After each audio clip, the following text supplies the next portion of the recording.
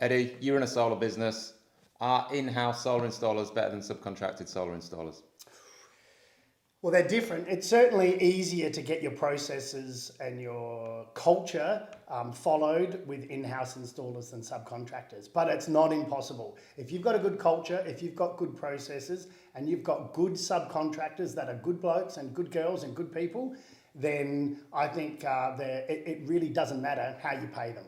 So don't necessarily not back a solar company because they use subcontracted installers, as long as they use them well. I don't think so. I mean, if you're looking at somebody's reviews and their reviews are great and their customers are getting great experiences and, you know, they look like a solid company and they've come out and they've done the design properly, then really how they pay that person that's installing that system is pretty irrelevant, I think. Is it fair to say that a lot of really good solar installers don't want to be someone else's employee?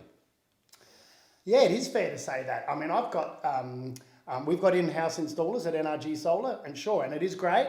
And we've got subcontractors as well. And I would love to employ some of my contractors, and they're just like, bugger off, I'd rather go fishing on Fridays than work for you on Fridays, and I get that choice as a subcontractor. Doesn't make them any less of a good installer. Quite possibly, they're just as good as anyone I could ever employ.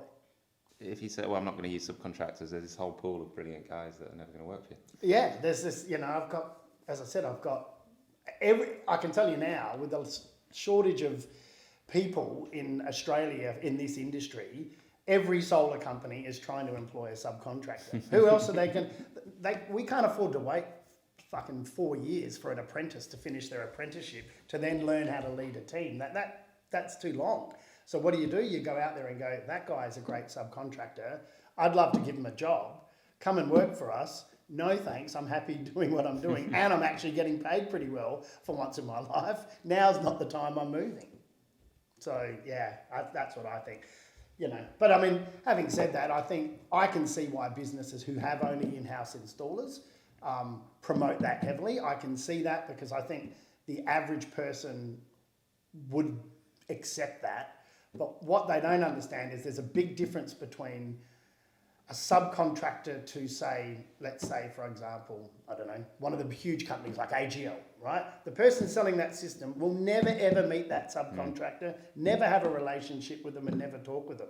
Someone at NRG Solar, that subcontractor and the people that are our consultants, they know each other. They attend our meetings, they're friends. It's a lot different of a dynamic.